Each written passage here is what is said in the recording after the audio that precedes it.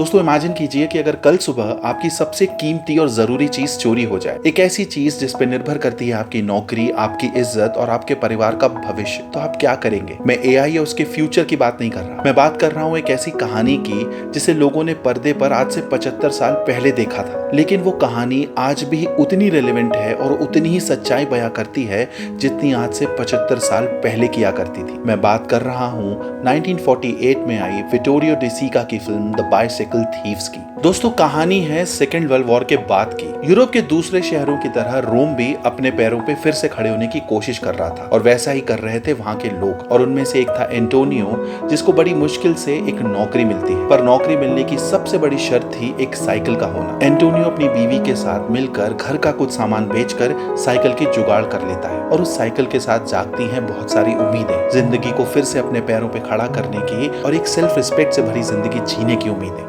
पर जॉब के पहले ही दिन एंटोनियो की वो साइकिल चोरी हो जाती है और फिर शुरू होती है एक लंबी जद्दोजहद उस साइकिल को वापस हासिल करने की और अपनी जिंदगी को वापस पटरी पे लाने की। दोस्तों सेकेंड वर्ल्ड वॉर के बाद दुनिया इमोशनली और फिजिकली दोनों तरीके से टूट चुकी थी, खास करके यूरोप। और तब एक तरह के सिनेमा ने स्टूडियोज और सेट्स की चमक धमक छोड़ी, महंगे स्टार्स छोड़े और सीधा लोगों की जिंदगी को, उनकी सफरिंग को पर्दे पर उतार दिया और उसे कहा गया इटालियन नियो रियलिज्म, जहां ना हीरोज थे ना फ्लैशी डायलॉग्स थे, बस लोगों की जिंदगी थी, उनकी सफरिंग थी, उनकी प्रॉब्लम्स थी। द बाइसिकल थीव्स इस मोमेंट की सबसे गहरी आवाज बनी जिसने पूरी दुनिया का ध्यान अपनी तरफ खींचा। दोस्तों इस फिल्म का सबसे इंपॉर्टेंट पार्ट है इसका climax, regarded as one of the most emotionally distressing and devastating sequences in the world cinema. होता यूं है कि अपने बेटे ब्रूनो के साथ एंटोनियो पूरी ताकत लगा देता है उस साइकिल को ढूंढने में। लोग उसकी मदद भी करते हैं लेकिन उसे वो साइकिल नहीं मिलती और आखिर में वो वही करता है जो उसके साथ हुआ था। वो भी एक साइकिल चुराता है, लेकिन बदकिस्मती से लोग उसे पकड़ लेते हैं और उसके बेटे के सामने ही उसे मारा जाता है, पीटा जाता है, जलील किया जाता है। लेकिन उसी के बेटे पे तरस खाकर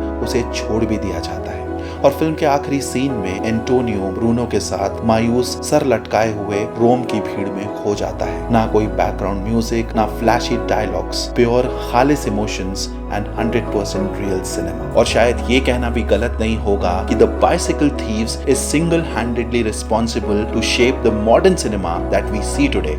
1950 में जब लंदन में सत्यजीत रे ने पहली बार द बाइसिकल थीव्स देखी, उसके बाद उन्होंने लिखी the Apu's trilogy and rest is history. और जब the legendary film maker Martin Scorsese ने पहली बार द बाइसिकल थीव्स देखी तो उनके लिए ये फिल्म मेकिंग में एक बहुत बड़ा लेसन साबित हुई। और वहीं फ्रांसिस फोर्ड कपोला जैसे डायरेक्टर की फिल्मों में जो इमोशनल रियलिज्म हमें दिखा, वो भी द बाइसिकल थीव से ही इंस्पायर्ड था। And last but not the least, जब दिल्ली के एक फिल्म फेस्टिवल में पहली बार अनुराग कश्यप ने द बाइसिकल थीव्स देखी, उसी समय उन्होंने डिसाइड किया कि वो भी एक फिल्म मेकर ही बनना चाहते हैं। एक फिल्म, इतनी सारी कहानियां। दोस्तों दुनिया चाहे कितनी भी मॉडर्न हो जाए या कितनी भी डेवलप हो जाए, पर आज भी हमारे इंडिया जैसे देशों में एक तबका ऐसा है जिनके लिए उनकी नौकरी का डर, बड़े शहर में माइग्रेट करने के बाद उस शहर का बोझ और डिग्निफाइड तरीके से लाइफ जीने का स्ट्रगल उतना ही सच है जितना विटोरियो डी सिका ने अपनी फिल्म द बाइसिकल थीव्स में 1948 में दिखाया था। ये फिल्म 75 साल पहले जितनी रेलेवेंट थी, आज भी दुनिया के इस कोने में उतनी ही रेलेवेंट है। इसलिए दोस्तों द बाइसिकल थीव्स सिर्फ एक फिल्म नहीं है, ये एक एक्सपीरियंस है। और इसलिए मैं कहता हूँ दोस्तों कि कहानियां